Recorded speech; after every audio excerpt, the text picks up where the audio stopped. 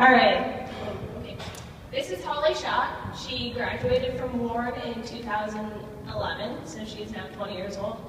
Her senior year in high school, she had a traumatic experience happen to her, and I wanted her to come in and talk to everyone about the struggle she went through and how she overcame them. So, Schott.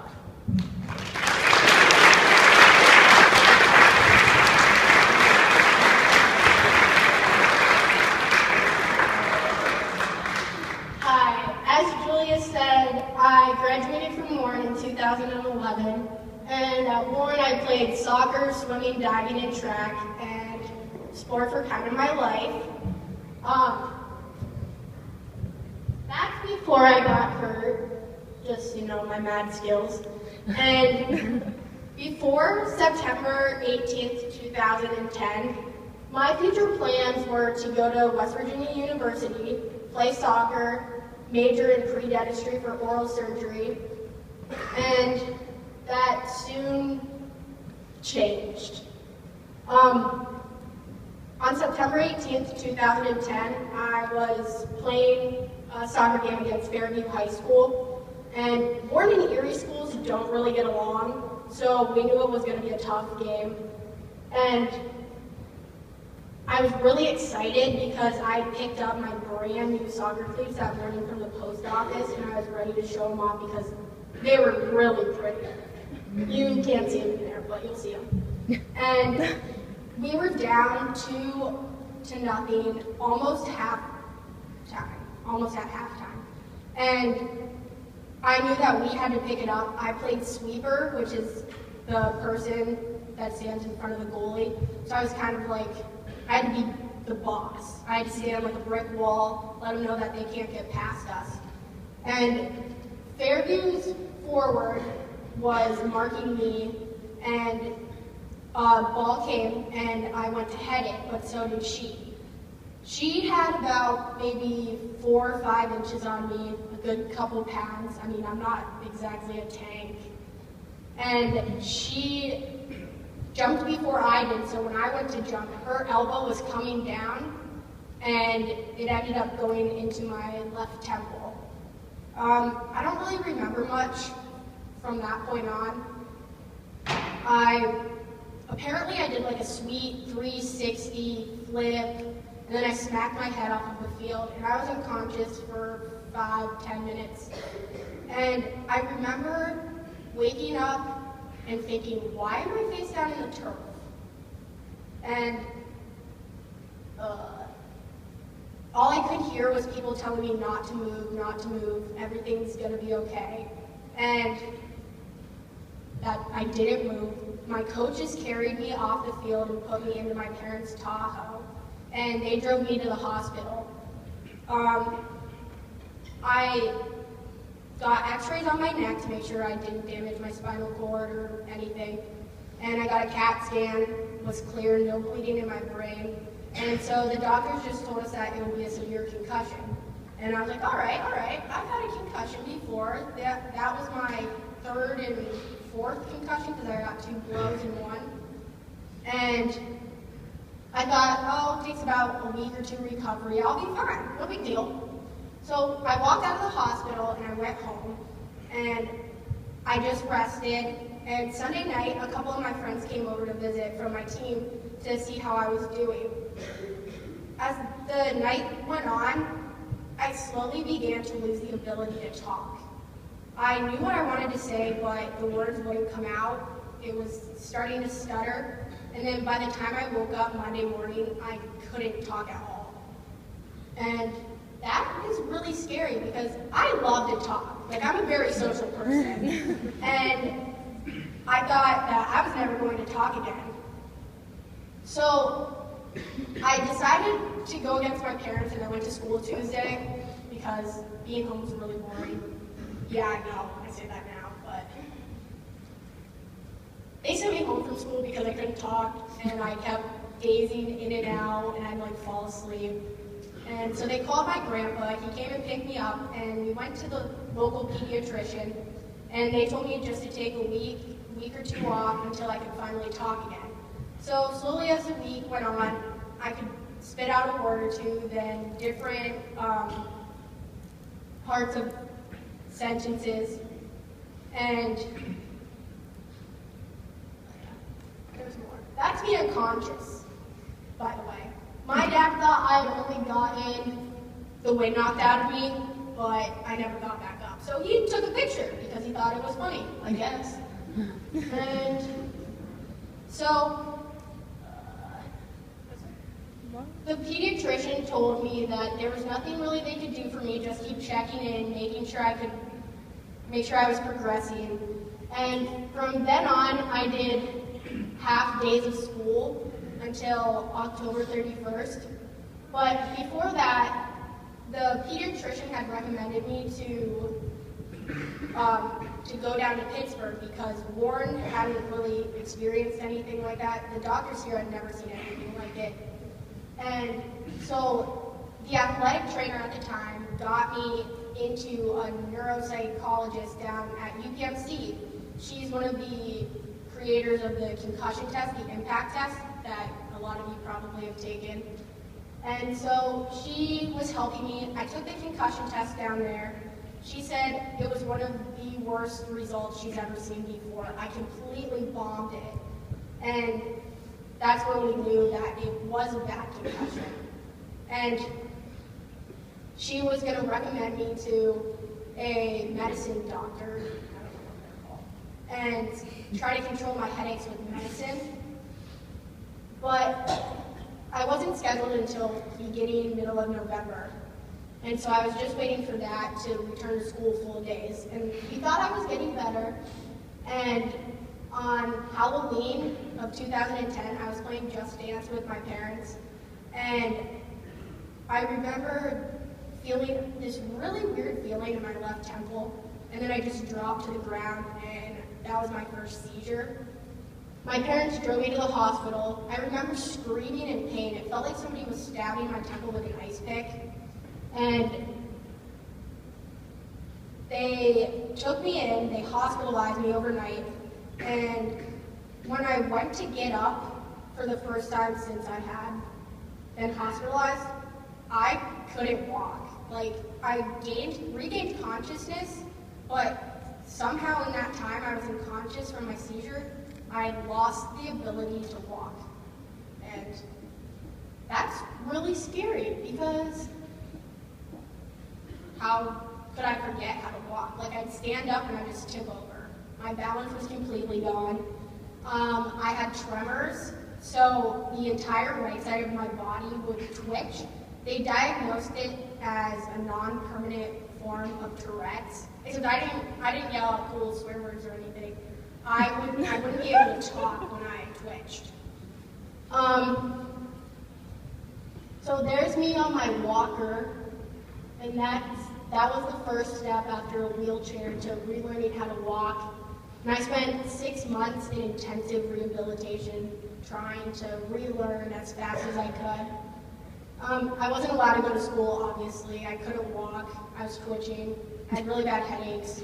So I was homebound, and they sent out an email to all the teachers at Warren. Like, that's what they do, I guess. And my favorite teacher had actually offered to homebound me, so she'd come to my house twice a week. She read me Macbeth, which I didn't remember any anyways. So she would grade me on like watching House and NCIS because I'm trying to diagnose and figure out who killed who. So, I mean, I was able to graduate.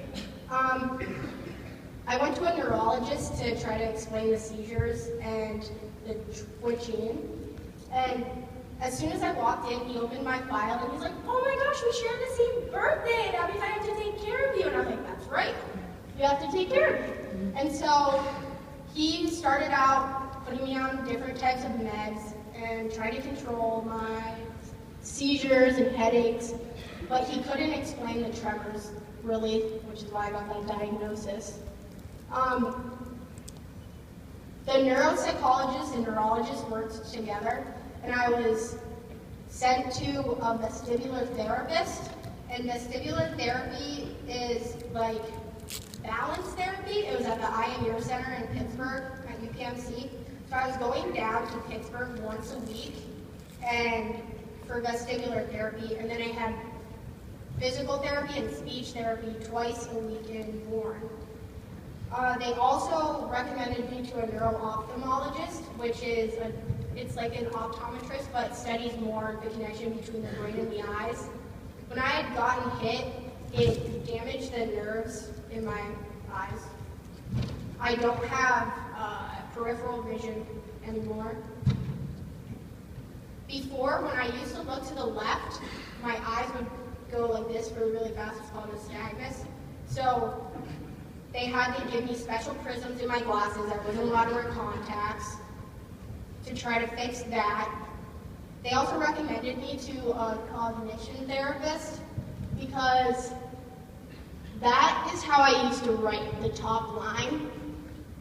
When I regained consciousness the first time, my brain decided somehow that it was just going to take in everything backwards. So, you know how some people learn English as a second language or French and stuff? I had to relearn English forwards because my brain now processes everything backwards. And that's still the way it does it, but I've relearned to go forwards. It goes along with that. When the doctor would read me a sentence, I'd have to repeat it backwards to see how messed up my brain was. And the normal person can usually recite about a 4 or 5 word sentence backwards fairly easy.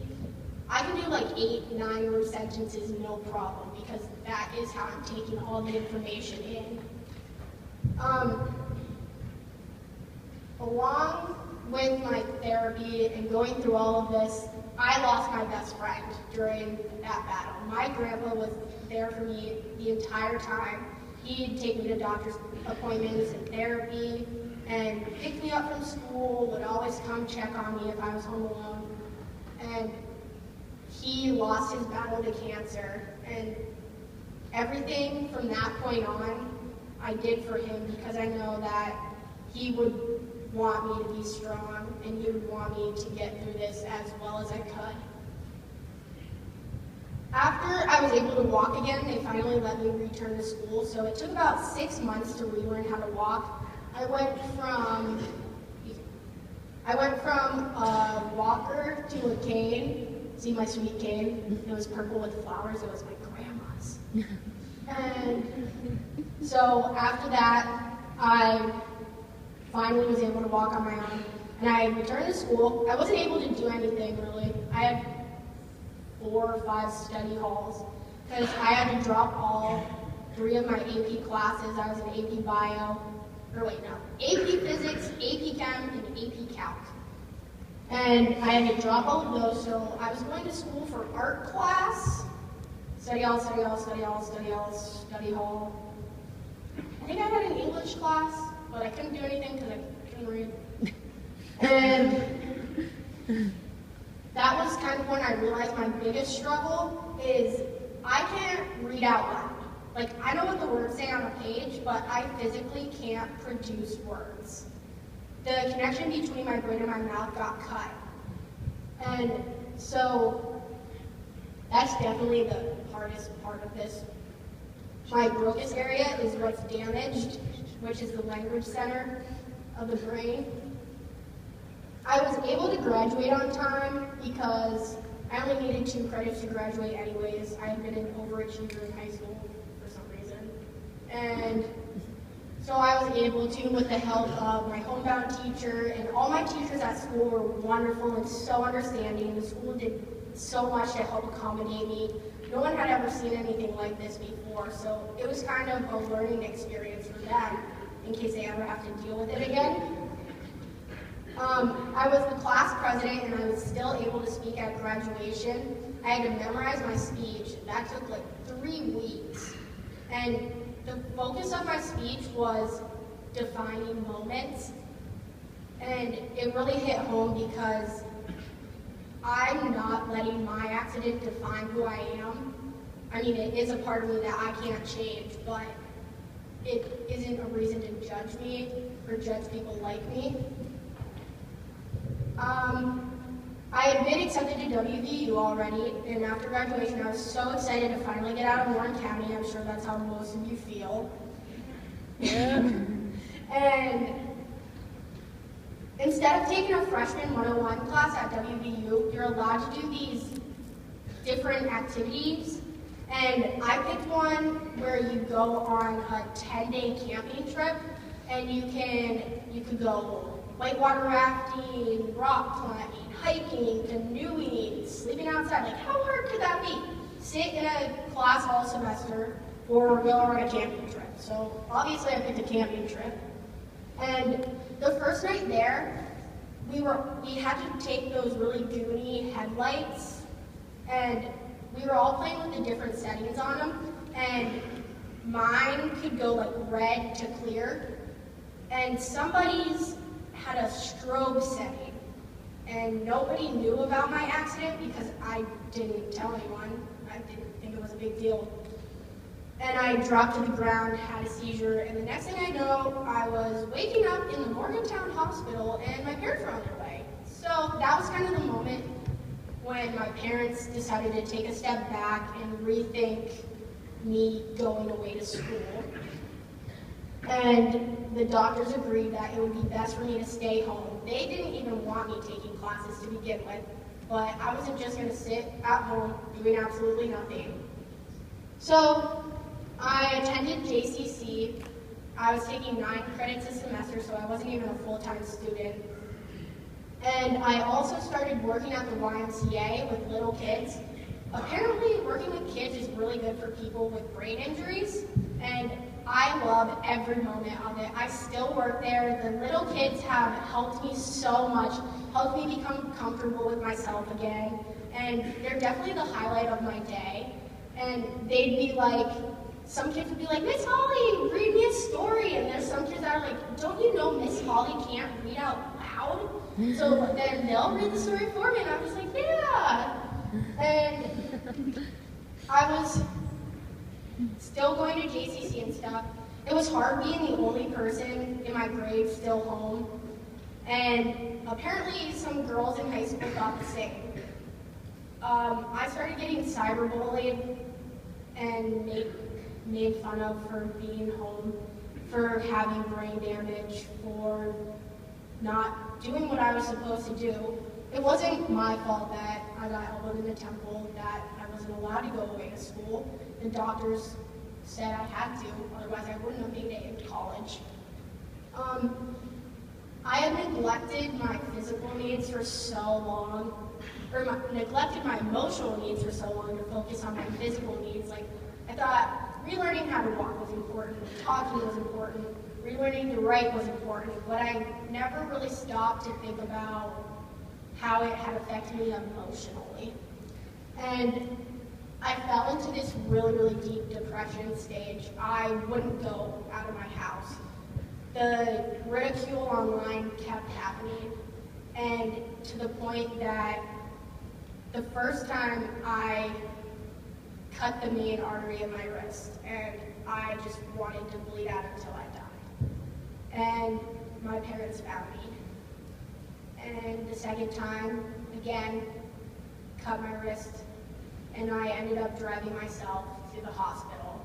And that's where they hospitalized me in Bradford because they didn't think I could take being in Warren, risking seeing someone I know. I needed total isolation away from Warren. And that definitely was one of the hardest things, going through all of that. At Bradford, the one doctor looked at me. I just wanted my phone. I wanted to go home. I wanted Chinese food for some reason. I wanted my boyfriend at the time, and I just sat. I locked myself in the bathroom in the psych ward because, well, that's where they put you. Yeah. Anyways, I locked myself in the bathroom, but the doctors have the keys because apparently that happens a lot. And she came in, and the doctor had the nerve to look at me and say, "You look like the type of person that's used to always getting what you want." I'm like, hold up. All right, first of all, if I always got what I want, I would not be sitting in the psych ward at Bradford right now. If I got what I wanted, I would be away at school. I would not have brain damage. And being the sassy person that I am, I looked at the doctor and I was like, your roots are showing, your glasses make your face look big, and you have a muffin top now. Get me a new doctor. So, I got a new doctor in like an hour. He was like, I heard what you said. That took some balls. I was like, yeah, I know. And that being in the hospital was kind of the turning point. That's when I realized that I can't keep going like this. If I kept down that path, I would have ended up not here anymore. I would have committed suicide without a doubt. And that's when it hit me that I'm stronger than that, I'm better than that, and I can't let brain damage affect the rest of my life. I have to learn to cope with it. And so the semester was coming to an end. I finished at JCC that semester and went through the summer and everything was good. And that was my first year at JCC. I was there for 2 years. And at the beginning of the second year at JCC, I went to one of the high school girls soccer games in Warren, and there were 3 girls out with concussions, and I was like, oh, who's taking care of you? You know, there's not like an athletic trainer like that who took care of me. What are you guys doing? And they said that it was just a nurse at the hospital administering the concussion test, and that's when it hit me that I needed to change my major. I was still a pre-dental major at JCC, majoring in biology. That following Monday, the game was on a Saturday, I went and I changed my major to neuropsychology. It's basically like a double major in psychology and neuroscience. And I decided I needed to help people like me. If I take anything away from my accident, it's the ability to get people through what I went through. Because no one else should have to face that. I know how hard it was, and I hope that I can give other people hope and strength to get through it. I had met Dr. Navicki. He is the creator of Schott strips. They are extra padding that go on the outside of football helmets that help reduce the initial impact, initial blow on a tackle in football. And he loved my story apparently, and I went out a couple times, met with him, and we would discuss the Schott strips, what I thought would work better, what he thought would work better, and just kind of brainstormed ideas. And it's really nice that somebody else shares a passion like that with trying to reduce concussions, and I love getting to work with him. He's such a nice man and is willing to do anything that can help. This fall, I was finally able to go away to Slippery Rock and major in neuropsychology still. And it's definitely been hard. Most people at school don't know that I have brain damage or that I have these struggles. They can look at my wrist and see scars, but that doesn't show that I have brain issues. I am in the disabilities program, and they help me with test taking, getting notes, extended test time, because I definitely need all of that in order to be successful. And it's been a really, really hard experience because I was used to having my parents to help me with my homework, help me if I was feeling down, and all of this. And there was a point during the semester that I just hit my breaking point. I didn't think I could do it. And I ended up having to come home for a week and take off school to reassess everything and realize that I need to go to school if I want to be able to help other people. My future plans are to continue through school, graduate, go to medical school, and get my degree as a doctor. And I hope I can help people like me. I hope I can create technology to help assess concussion patients. I hope I can create something to prevent concussions. just very important to me because I don't want anyone else to go through